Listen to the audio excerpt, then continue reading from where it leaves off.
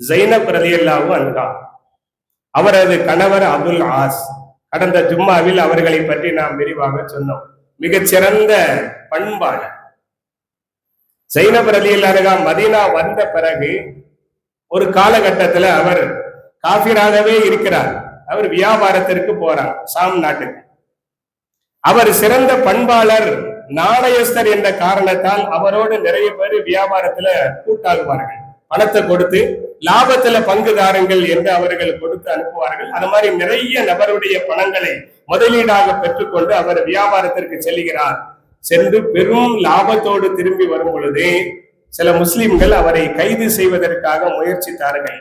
அவர் அங்கிருந்து தப்பி மதீனாவுக்கு வந்து தன்னுடைய மனைவி ஜைனபுடைய வீட்டிற்குள் வந்துவிட்டு, என்னை நீங்கள் காப்பாற்ற வேண்டும், என்னுடைய நிலை இப்படி இருக்கிறது என்று சொன்னார்.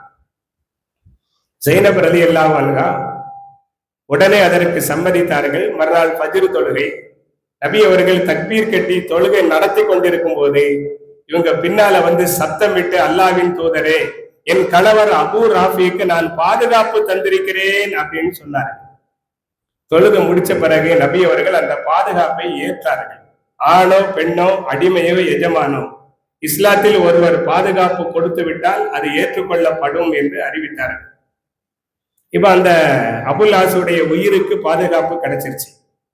அவர் கையில இருக்கிற அந்த பொருட்களுக்கும் பாதுகாப்பு கிடைச்சிருச்சு. இப்ப அந்த இடத்துல அவர் மிக்க மரியாதைக்குரியவராக கருதப்பட்டார். அவர் மனசுல இஸ்லாம் சார்ந்த எண்ணங்கள் ஓடுகின்றன.